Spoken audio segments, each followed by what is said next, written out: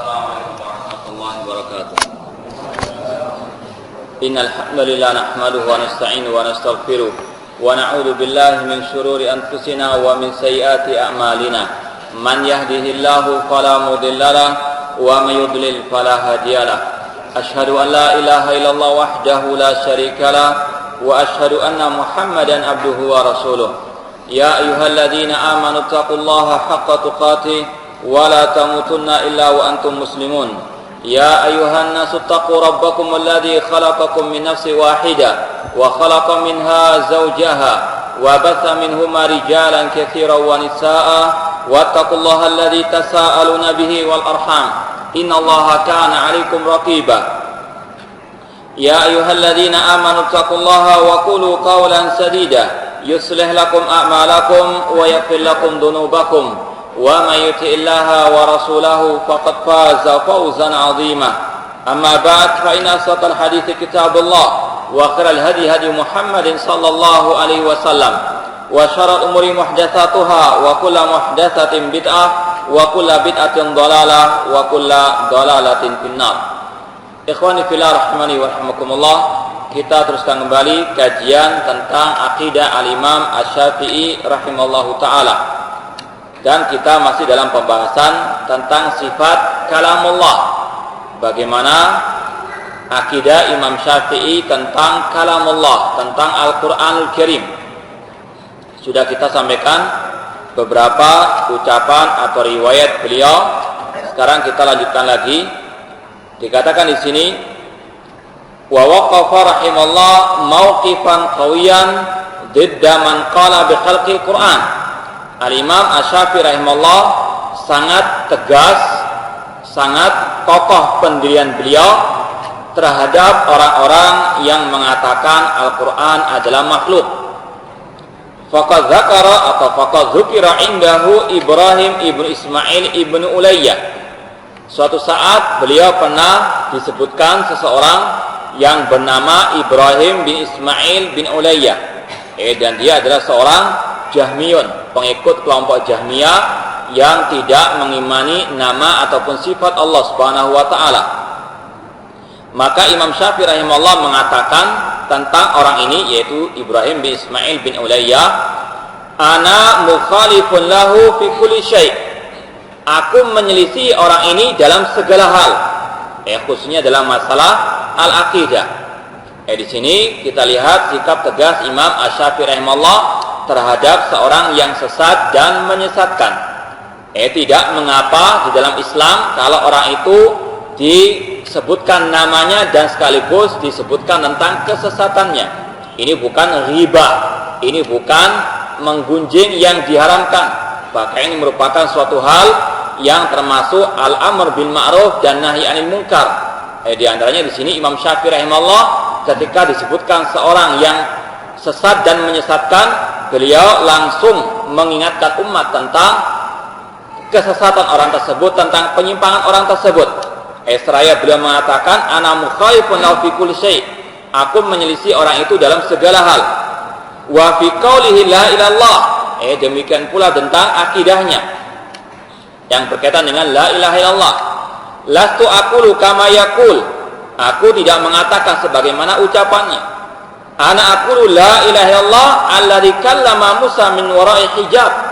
Aku mengatakan, kata Imam Syafi'i, aku mengatakan Allah tidak sembahan yang hak kecuali Dia, yang mana Dia Allah Subhanahu wa taala telah berbicara dengan Nabi Musa alaihissalam min wara'i hijab, dari belakang tabir. Ini merupakan akidah Imam Syafi'i dan juga akidah Ahlussunnah wal Jamaah, bahwasanya Allah itu berbicara, di antaranya berbicara dengan Nabi Musa alaihissalam, dan kita wajib meyakini sifat Allah tidak sama dengan sifat makhluk. Walam yakul lahu kufuwan ahad, laisa kamitslihi syai'. Tidak yang serupa dengan Allah sesuatu apapun. Demikian pula ketika kita menetapkan Allah itu memiliki sifat berbicara, kita yakini berbicaranya Allah tidak sama dengan makhluk. Sebagian kelompok mengatakan kalau kita menetapkan Allah itu bisa berbicara, maka Allah punya lisan, Allah punya alat-alat yang bisa digunakan untuk berbicara sebagaimana manusia. Maka ini adalah ucapan yang sangat batil. Ketika mereka mengingkari sifat Allah berbicara, itu sebab utamanya mereka pertama kali menyamakan Allah dengan makhluk. Mereka mengatakan kalau kita menetapkan Allah punya sifat kalam berbicara, maka nanti sama dengan makhluk, punya lisan atau yang lainnya, atau punya mulut dan lain sebagainya. Awal kali mereka jatuh ke dalam penyerupaan, kedua kali mereka jatuh ke dalam peniadaan sifat Allah tersebut. Maka sudah sering kita sampaikan, ketika kita melewati ayat-ayat tentang nama dan sifat Allah, maka harus kita ingat laisa kamitsli syai'un. Allah tidak sama dengan sesuatu apapun. Tidak boleh disamakan dengan makhluk. Ya, kalau sudah kita yakini hal seperti itu, maka beres sudah permasalahan. Tidak perlu kita mentakwilkannya, tidak perlu kita menolaknya. Cukup kita mengimani apa adanya dengan betul-betul meyakini sifat Allah tidak sama dengan sifat makhluk. Allah berbicara tidak sama dengan bicaranya makhluk. Kalau ada orang mengatakan kalau kita menetapkan Allah berbicara maka sama dengan makhluk, punya mulut, punya lisan, kita katakan tidak selalu yang berbicara itu punya lisan, punya mulut. Apa dalilnya? Allah berfirman di dalam surat Yasin, al-yauma nakhtimu ala afwahihim wa tukallimuna aydihim wa tashhadu arjuluhum bima kanu yaksibun. Pada hari ini, pada waktu hari kiamat, kata Allah, kami kunci mulut-mulut mereka.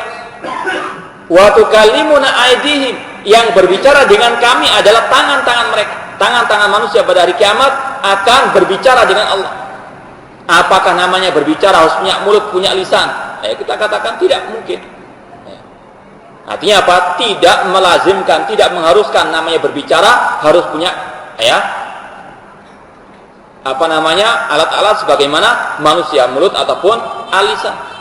Demikian pula Allah berfirman tentang masalah kulit-kulit manusia akan berbicara pada hari kiamat. Qalu antakanallahu alladzi antaka kulla syai' wa qalu li juludihim lima syahidtum alaina. Mereka manusia mengatakan, mengapa kalian wahai kulit-kulit ini berbicara, bersaksi atas apa yang kami perbuat? Kemudian kulit-kulit itu mengatakan, qalu antakanallah, Allah yang buat kami berbicara, Allah yang menjadikan kami berbicara. Kulit-kulit tidak punya mulut, tidak punya lisan. Tidak mengharuskan yang namanya berbicara harus punya mulut ataupun lisan. Itu ada pada makhluk, tidak semuanya memiliki mulut dan lisan dalam berbicara. Apalagi al-khaliq yang tidak serupa dengan makhluk. Maka sekali lagi dalam mengimani nama dan sifat Allah, pertama kali ketika kita melewati nama dan sifat Allah, baik di dalam Al-Quran ataupun Sunnah Rasul SAW, kita camkan dalam benak kita Allah tidak sama dengan makhluk. Beres perkara. Laisa kamitslihi syai'un wa lam yakul lahu kufuwan ahad. Tidak yang serupa dengan Allah, baik zatnya, namanya maupun sifatnya. Kalau ini sudah betul-betul dipahami, insya Allah semuanya akan lurus jalannya. Namun kalau sudah pertama kali menyamakan Allah dengan makhluk, maka banyak penyimpangan setelah itu. Ini yang merupakan sumber malapetaka dalam mengimani asma wa sifat. Ketika mereka melewati nama dan sifat Allah, kemudian terbetik dalam benak mereka penyerupaan dengan makhluk, maka ada yang mentakwilkannya. Oh, itu bukan kalam Allah, itu namun Allah menciptakan kalam, atau itu bisikan hati kemudian dipahami oleh malaikat Jibril. Ada pula yang mengatakan Allah tidak bisa berbicara. Naudzubillah min dzalik. Demikian pula masalah sifat yang lainnya nanti akan kita sampaikan. Kata Imam Syafi'i rahimahullah, aku beriman, aku mengucapkan la ilaha illallah, tidak sembah yang hak kecuali Allah, yang dia berbicara dengan Nabi Musa alaihissalam. Allah berfirman, wa kallamallahu Musa taklima. Dan Allah berbicara dengan Nabi Musa alaihissalam. Taklima, dengan ditekankan lagi, taklima dengan sebenar-benarnya pembicaraan, bukan majaz, bukan kiasan, namun ini adalah hakikat. Allah bicara dengan Nabi Musa alaihissalam. Wa dzalika yaqulu alladzi khalaqa kalaman asma'ahu Musa min wara'i hijab. Namun dia, yaitu yang dimaksud adalah Ibrahim bin Ismail bin Ulayya, seorang penyesat umat ini, dia mengatakan bahwasanya Allah itu menciptakan pembicaraan kepada suatu makhluk, kemudian diperdengarkan kepada Nabi Musa alaihi assalam. Ini adalah takwilnya ahli bid'ah ketika Allah berfirman, wa kallamallahu Musa taklima. Allah berbicara dengan Nabi Musa. Mereka mengatakan bukan Allah langsung berbicara dengan Nabi Musa, namun Allah menciptakan ucapan itu di suatu tempat, kemudian Allah perdengarkan kepada Nabi Musa alaihi assalam.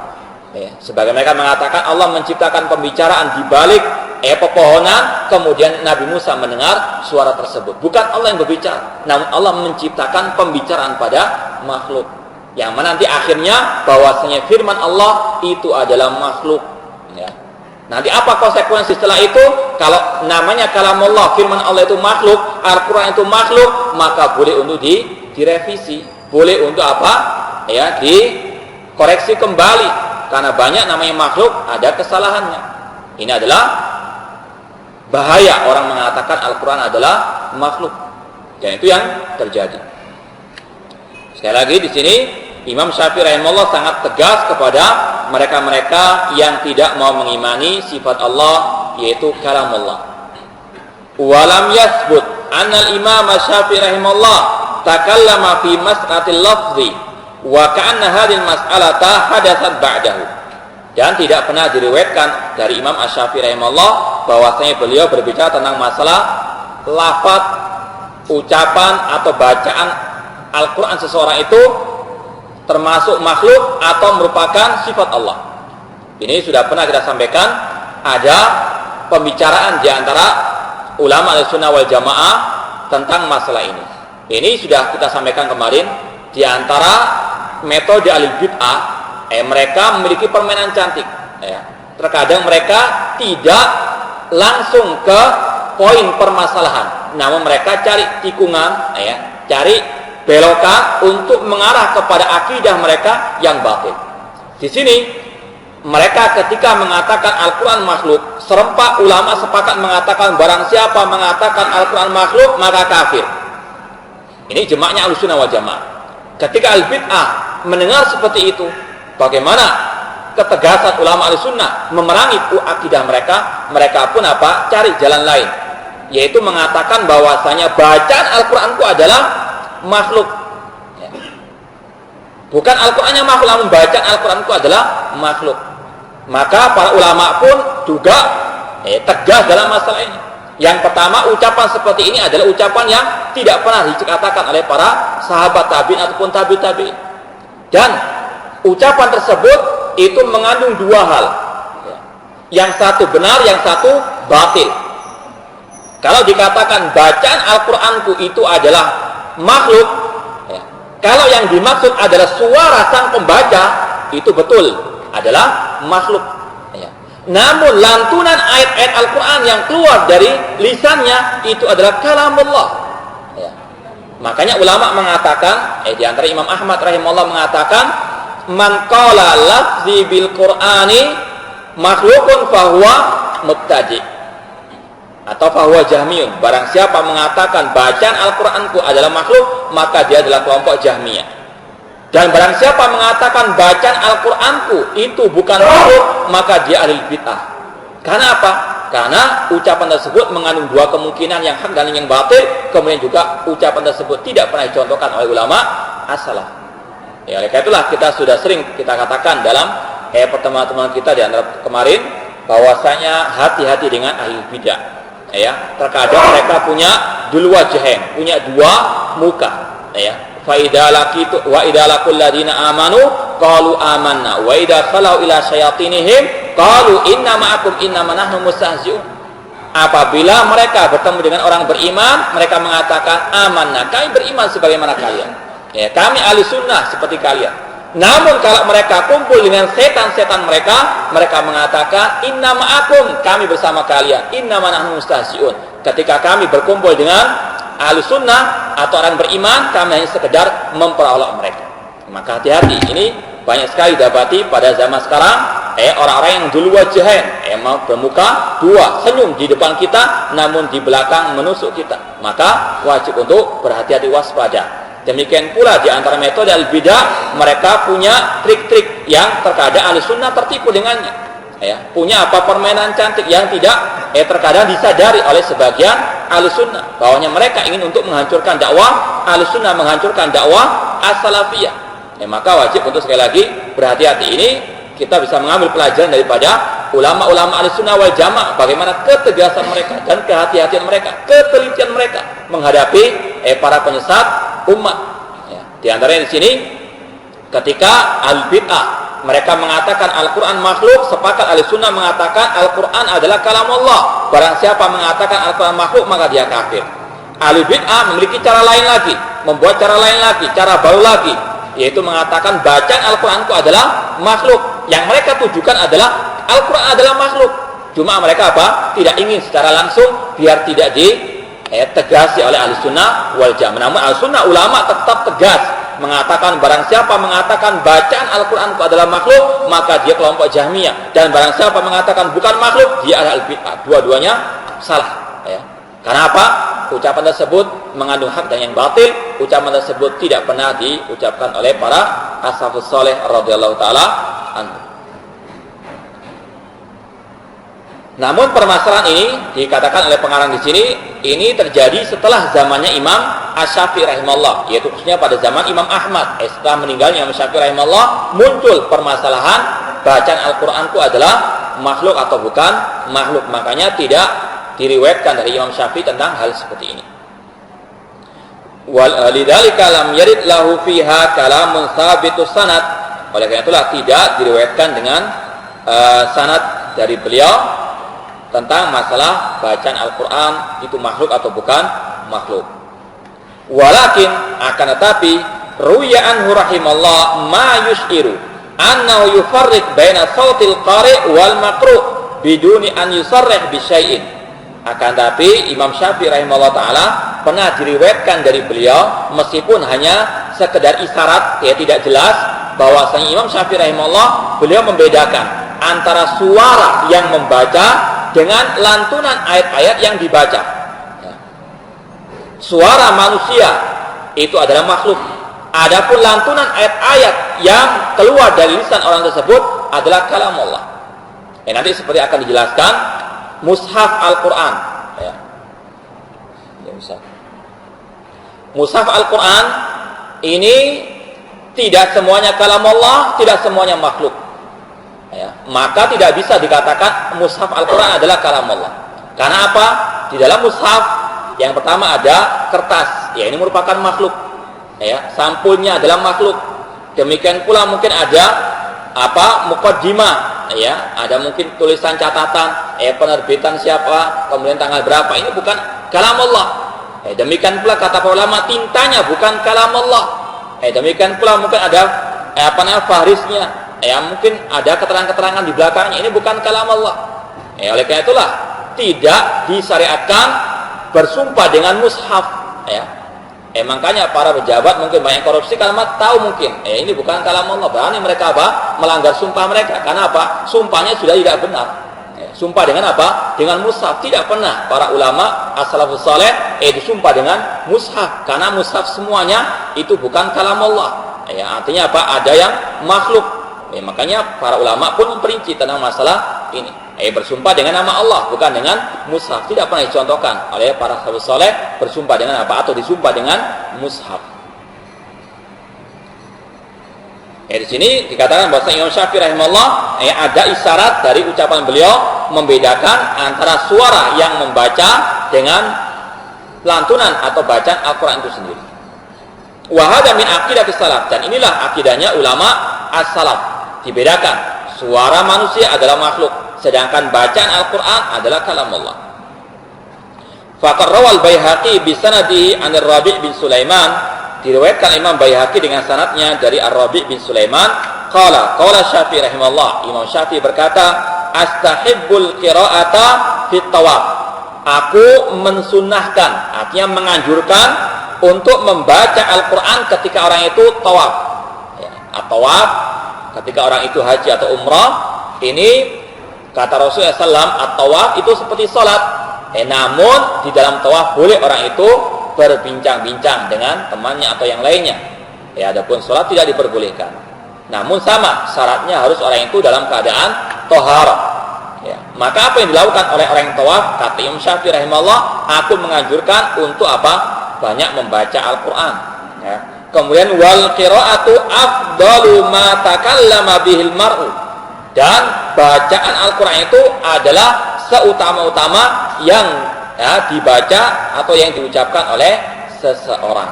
Di sini Imam Asy-Syafi'i rahimahullah membedakan antara al-qiraah yang merupakan Al-Qur'an kalamullah dan ucapan seseorang.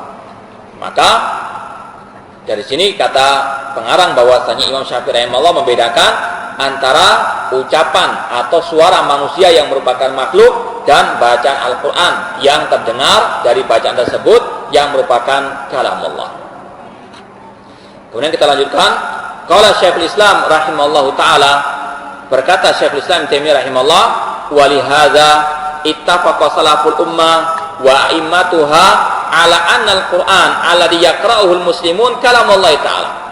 Oleh karena itulah para salaful ummah, para pendahulu umat ini, para sahabat tabi'in, tabi'ut tabi'in dan para imam-imam ahlussunnah, mereka sepakat bahwasanya Al-Qur'an yang dibaca oleh kaum muslimin adalah kalamullah. Walam yakul ahadun minhum anna aswatal ibad wala midadal masahif qadimun. Namun tidaklah seorang pun dari ulama salaf yang mengatakan bahwasanya suara orang yang membaca atau tinta di mushaf itu merupakan sifat Allah. Tidak ada seorang pun yang mengatakan seperti itu. Ya, sekali lagi, mushaf yang ada di tengah kita ini tidak semuanya kalamullah.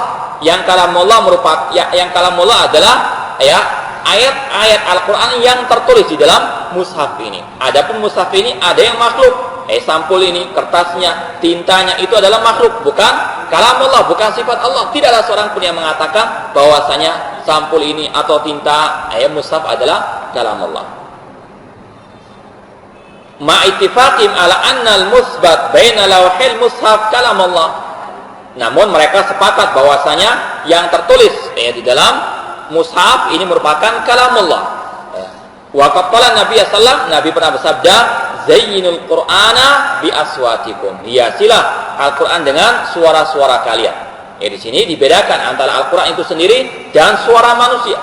Suara yang membaca, suara manusia, suara yang membaca Al-Qur'an adalah makhluk. Adapun Al-Qur'annya sendiri adalah kalamullah. Fal kalamul ladzi yaqra'uhul muslimun kalamullah. Kalam yang dibaca oleh kaum muslimin adalah kalamullah. Al-Qur'an adalah kalamullah. Wal aswat allati yaqra'una biha aswatahum.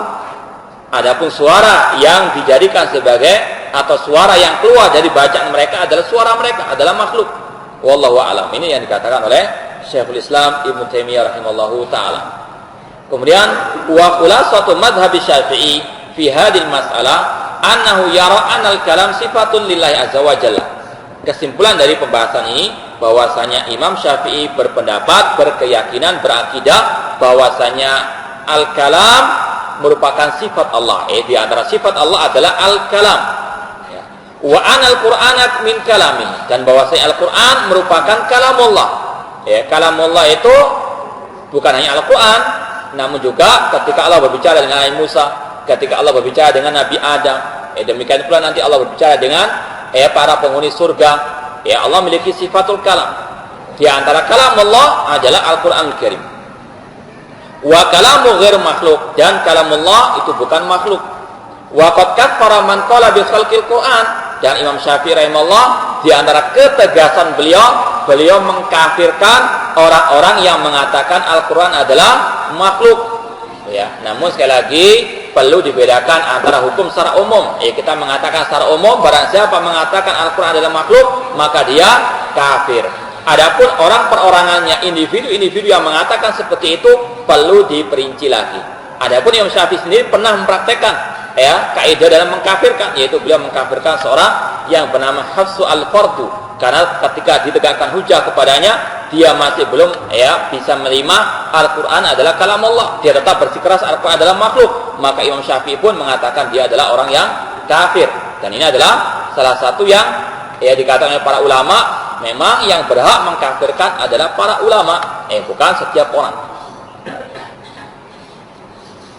Kemudian dikatakan bahwasanya wa huwa yufarriq baina sautil qari' wal Qur'an, dan Imam Syafi'i membedakan antara suara yang membaca dengan bacaan Al-Quran itu sendiri.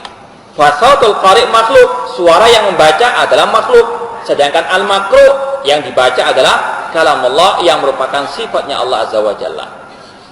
Wa akhtimu hadhil mas'alah bima rawahul Baihaqi fil asma wa sifat. Kemudian kata pengarang di sini yaitu Syekh Dr.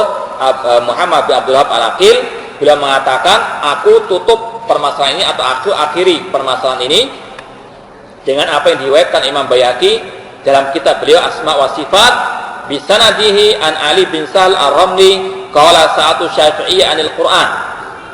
Seseorang yang bernama Ali bin Sahal Ar-Ramli pernah bertanya kepada Imam Asy-Syafi'i tentang masalah Al-Quran. Kemudian Imam Syafi'i menjawab, kalamullahi ta'ala munazzalun ghairu makhlukin. Al-Quran adalah kalamullah yang diturunkan kepada Nabi kita Muhammad SAW dan dia bukan makhluk. Ya. Ketika ditanya tentang apa itu Al-Quran, beliau mengatakan Al-Quran adalah kalamullah yang diturunkan kepada Nabi Muhammad dan dia bukan makhluk. Qultu faman qala bi makhluk fama huwa indaka.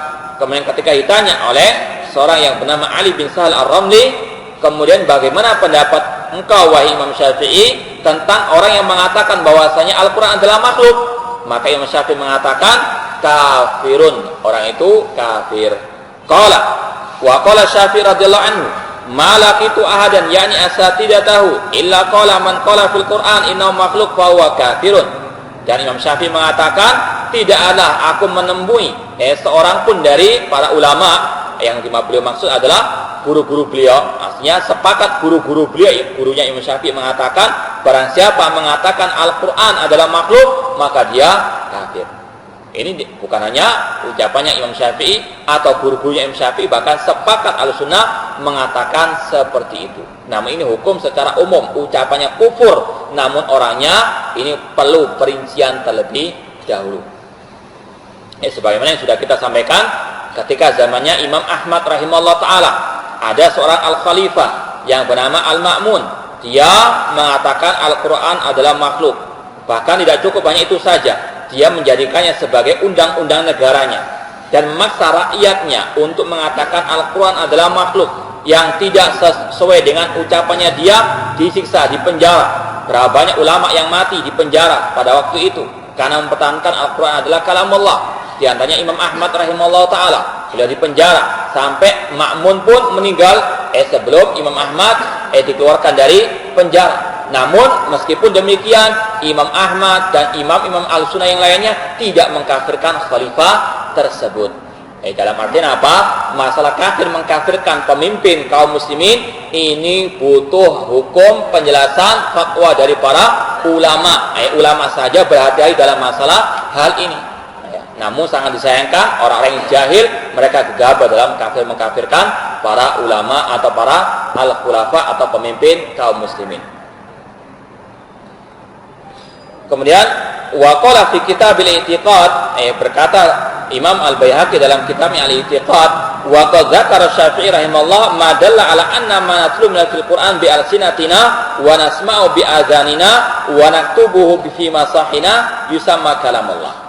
Dan Imam Syafi'i rahimahullah pernah menyebutkan bahwasanya apa yang dibaca di dalam Al-Qur'an atau bacaan Al-Qur'an dan apa yang didengar oleh telinga manusia dan apa yang ditulis di dalam mushaf itu namanya kalamullah. Jadi yang terdengar dari lantunan ayat Al-Quran itu adalah kalamullah. Yang tertulis di dalam mushaf itu adalah kalamullah. Artinya yang tertulis yang dari ayat-ayat Al-Quran itu adalah kalamullah. Wa anna Allah azza wa jalla kallama bi ibadahu, dan Allah berbicara dengan hamba-hambanya bi an arsala bi rasulahu sallallahu alaihi wasallam, yaitu dengan Allah mengutus para rasulnya sallallahu alaihi wasallam. Jadi sekali lagi kesimpulannya, Al-Quran adalah kalamullah. Al-Quran adalah firman-Nya Allah, munazzalun, diturunkan oleh Allah kepada malaikat Jibril, kemudian sampai kepada Nabi kita Muhammad sallallahu alaihi wasallam. Dan bahwasanya Allah itu berbicara dengan huruf, dengan suara. Munazzalun ghairu makhlukin, dan dia bukan makhluk. Al-Quran yang dibaca oleh manusia itu adalah ayat-ayat Allah yang merupakan kalamullah, yang dihafal oleh manusia di dalam dada-dada manusia dari Al-Quran itu adalah kalamullah. Yang tertulis di dalam mushaf dari ayat-ayat Al-Quran adalah kalamullah. Ya, adapun suaranya manusia yang membaca, adapun tinta mushaf, kertasnya mushaf, ya, ini bukan kalamullah. Yang kalamullah ada yang tertulis daripada ayat-ayat Al-Qur'anul Karim. Sekarang kita masuk kepada as-sifatul khamisah, sifat Allah yang kelima yang disebutkan dalam kitab ini. Wa qad warada an Syafi'i rahimallah ma yadullu ala imani bihari sifat. Telah diriwayatkan dari Imam Syafi'i rahimahullah apa yang menunjukkan tentang keimanan beliau tentang masalah sifat ini, yaitu sifat aliyat, Allah punya tangan. Wa wasafahu subhanahu wa ta'ala biha min ghairi tashbihin, dan beliau Imam Syafi'i mensifati Allah dengan sifat tangan, namun tidak menyerupakannya dengan makhluk, ala haddi qauli ta'ala, sebagaimana firman Allah, laisa kamitsli syai'un wa huwas samiul basir. Tidak ada yang serupa dengan Allah sesuatu apapun, dan Dia Maha mendengar lagi Maha melihat. Ini merupakan keyakinannya Ahlussunnah, di antaranya juga Imam Syafi'i rahimahullah. Beliau mengatakan Allah memiliki tangan namun tidak sama dengan makhluk, ya. Dan sudah kita sampaikan di dalam masalah kita mengimani nama-nama Allah atau sifat-sifat Allah, yang pertama tidak boleh kita menyerupakan dengan makhluk. Karena Allah berfirman, laisa kamitsli syai'un wa lam yakul lahu kufuwan ahad. Demikian pula tidak boleh kita membayang-bayangkan, cukup kita imani. Akal kita tidak sampai kepada hal-hal yang gaib seperti ini, cukup kita mengimaninya. Ya. Karena akal manusia terbatas, wa ma utitu minal ilmi illa qalila. Jangankan tentang masalah Allah Subhanahu wa taala, tentang masalah ar-ruh yang ada, yang melekat dalam jasad kita saja. Ya, manusia dia tahu bagaimana roh tersebut, bagaimana bentuknya, akal tidak bisa menembus masalah alam arwah. Ya, maka jangan menuhankan akal, jangan mengkultuskan akal. Akal manusia terbatas. Harus orang itu tahu diri, akalnya itu terbatas, tidak bisa menimbang segala sesuatu. Ya. Yas'alunaka 'anir ruh, qulir ruhu min amri rabbi wa ma utitu minal ilmi illa qalila. Allah berfirman, mereka bertanya tentang ruh, maka katakan, kata Allah Subhanahu wa taala, qulir ruhu min amri rabbi. Ar-ruh itu, masalah ruh itu urusannya Allah Subhanahu wa taala, dan kalian tidaklah diberi ilmu kecuali sedikit saja. Akal manusia terbatas, ilmunya manusia terbatas. Maka tentang masalah nama dan sifat Allah cukup manusia beriman dengannya, tidak boleh membayang-bayangkan. Seperti yang dikatakan oleh Imam Malik rahimahullah ta'ala, al-istiwa'u ma'lum wal kaifu majhul. Masalah Allah bersemayam, masalah sifat-sifat Allah itu maklum, telah dipahami maknanya. Adapun bagaimananya itu majhul, tidak diketahui. Wal imanu bi wajibun, beriman dengannya wajib, kata Imam Malik rahimahullah ta'ala. Adapun wasu'alu anhu bid'atun, adapun tentang bertanya bagaimana sifat Allah, maka ini adalah pertanyaan yang bid'ah, karena tidak pernah dicontohkan oleh para sahabat Rasulullah SAW. Para sahabat adalah orang yang paling antusias, semangat dalam bertanya tentang urusan agama. Namun masalah bagaimana sifat Allah tidak mereka pernah tanyakan. Karena apa? Mereka tahu ini pertanyaan yang terlarang, yang tidak dianjurkan, tidak dibolehkan dalam Islam. Cukup yu'minuna bil ghaib, mereka beriman dengan yang gaib. Di antaranya beriman dengan nama dan sifat Allah Subhanahu wa taala, beriman Allah punya tangan, namun bagaimana tangan Allah, Allahu a'lam, hanya Allah yang Maha mengetahuinya, tidak boleh disamakan dengan makhluk.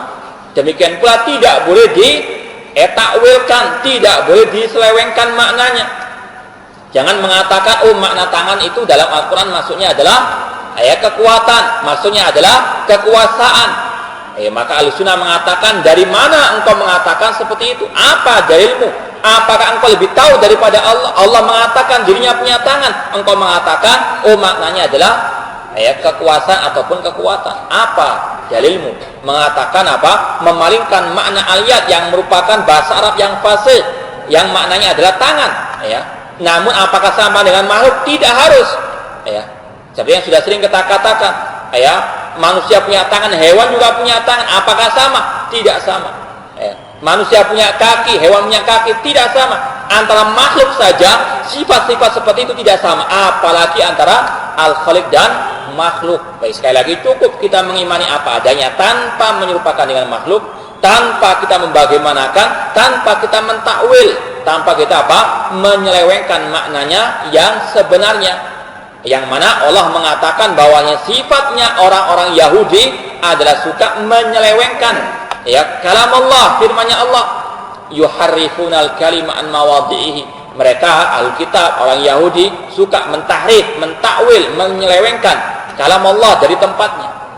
Allah mengatakan ayat tangan, mereka mengatakan maknanya adalah kekuasaan. Ini adalah sifatnya orang Alkitab, sifatnya orang al-Yahud yang diikuti oleh sebagian kaum muslimin. Kemudian tidak boleh juga menolak sama sekali sifat-sifat Allah tersebut. Cukup mengimani apa adanya.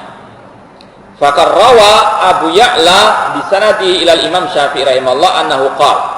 Abu Ya'la meriwayatkan dengan sanadnya sampai kepada Imam Syafi'i, beliau mengatakan, lillahi tabaraka wa ta'ala asma'un wa sifatun ja'a biha kitabuhu. Allah Subhanahu wa ta'ala memiliki nama dan sifat yang dicantumkan dalam Al-Qur'an, kitabnya. Wa akhbara biha Nabi sallallahu alaihi wasallam ummatahu, yang dijelaskan oleh Nabi Muhammad SAW kepada umatnya. Atana annahu sami'un, dan bahwasanya Allah mengabarkan kepada kita bahwasanya Dia adalah Sami', Maha mendengar. Wa anna lahu yadain, dan bahwasanya Allah itu punya dua tangan. Dan Allah berfirman, ubal yadahu mabsutatan, bahkan kedua tangan Allah itu terbentang. Ketika orang Yahudi mengatakan qalatil yahudu yadullahi maghlula, orang Yahudi mengatakan tangan Allah itu terbelenggu, maka Allah mengatakan bal yadahu mabsutatan, bahkan kedua tangan Allah itu terbentang. Demikian pula Allah berfirman kepada iblis, ma mana'aka antas juda lima khalaqtu biyadayya. Wahai iblis, apa yang menghalangimu, yang mencegahmu untuk sujud kepada makhluk yang aku ciptakan dengan kedua tanganku, yaitu Adam alaihissalam.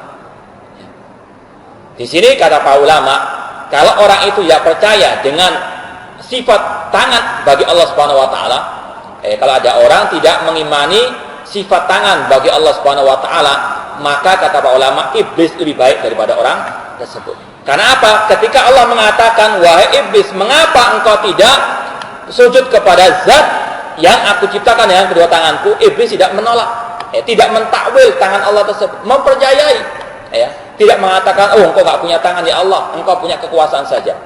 Kata para ulama, iblis lebih baik daripada orang yang mengingkari sifat tangan Allah. Karena ketika Allah berfirman kepada iblis, iblis beriman Allah punya kedua tangan. Kita yakini sesuai dengan apa adanya, tanpa kita takwil, tanpa kita bagaimanakan atau bayangkan, tanpa kita samakan dengan makhluk. Kemudian wa anna lahu yaminan, dan bahwasanya Allah memiliki tangan kanan, sebagaimana Allah berfirman, wa ma qaddarullaha haqqa qadri wal ardu jami'an qabdatu yaumal qiyamah was samawati matwiyatun bi yamini subhanahu wa ta'ala amma yusyrikun. Dan tidaklah orang musyrikin itu mengagungkan Allah dengan sebenar-benarnya pengagungan. Wal ardu jami'an qabdatu yaumal qiyamah. Bumi ini ada di dalam genggamannya Allah pada hari kiamat. Was samawati matwiyatun bi yamini, dan langit-langit itu akan dilipat oleh Allah dengan tangan kanannya. Maha suci Allah dari apa yang mereka sekutukan. Dalam ayat ini Allah mengatakan wasamawatu matwiyatun biyamini, dan langit-langit itu pada hari kiamat akan digulung, dilipat oleh Allah dengan tangan kanannya. Dan di dalam hadis yang sahih Rasul mengatakan kilta yadayhi yamin, kedua tangan Allah itu semuanya kanan. Maka ini membedakan dengan apa? Al-makhluk. Kita sekali lagi, ketika mendapati ayat-ayat atau hadis-hadis tentang sifat Allah, cukup kita beriman dengannya tanpa kita menyamakan dengan makhluk. Kita hilangkan tasbih, karena Allah mengatakan walam yakul lahu kufuwan ahad. Tidak boleh kita takyif, bagaimanakah akal manusia terbatas. Tidak boleh kita takwil, kita imani apa adanya. Ini merupakan sifat orang-orang bertakwa, yu'minuna bil ghaib, beriman dengan yang gaib. Wa qad dzakara Syekhul Islam Ibnu Taimiyah mu'taqad al-Imam Asy-Syafi'i rahimahullah wa azahu li Syekhil Haramain Abil Hasan Muhammad bin Abdul Malik Al-Karji fi kitabih alladhi sammahu Al-Fusul fil Usul an A'immatil Fuhul wa kana min a'immati asy-Syafi'iyah. Dan disebutkan oleh Syekhul Islam Ibnu Taimiyah rahimahullah tentang akidah Imam Syafi'i ini dan disandarkan kepada Syekhul Haramain yang bernama Abdul Hasan Muhammad bin Abdul Malik dan seterusnya dalam kitab beliau Al-Fusul fil Usul A'immatul Fuhul, dan dia termasuk ulama Asy-Syafi'iyah. Intinya di antara ulama-ulama yang mengikuti jejak Imam Syafi'i juga sama-sama meyakini tentang sifat Allah. Allah memiliki kedua tangan, dan sekali lagi dalam hadis disebutkan bahwasanya kedua tangan Allah itu kanan. Kemudian as-sifatus sadisah, sifat yang keenam adalah al-wajh. Allah memiliki wajah. Istadallal Imam Syafi'i rahimahullah ala isbati sifatil wajh lillah azza wa jalla bi ayatin min kitabillah azza wa jalla. Imam Asy-Syafi'i berdalil untuk menetapkan sifat wajah bagi Allah dengan ayat-ayat di dalam Al-Qur'an. Di antaranya beliau mengatakan atana anau sami'un. Ya, Allah mengatakan bahwasanya dirinya adalah sami', maha mendengar. Wa anala wajhan, dan bahwasanya Allah memiliki wajah. Wa anala wajhan, Allah berfirman, kullu syai'in halikun illa wajha. Segala sesuatu akan binasa kecuali wajah Allah. Jelas-jelas Allah mengatakan illa wajha. Wajah artinya ya wajah. Nah, sesuai dengan kebesaran Allah, tidak boleh disamakan dengan makhluk, tidak boleh dibayang-bayangkan, tidak boleh ditakwilkan, tidak boleh diingkari. Harus diimani apa adanya. Sesuai dengan kebesaran Allah Subhanahu wa taala.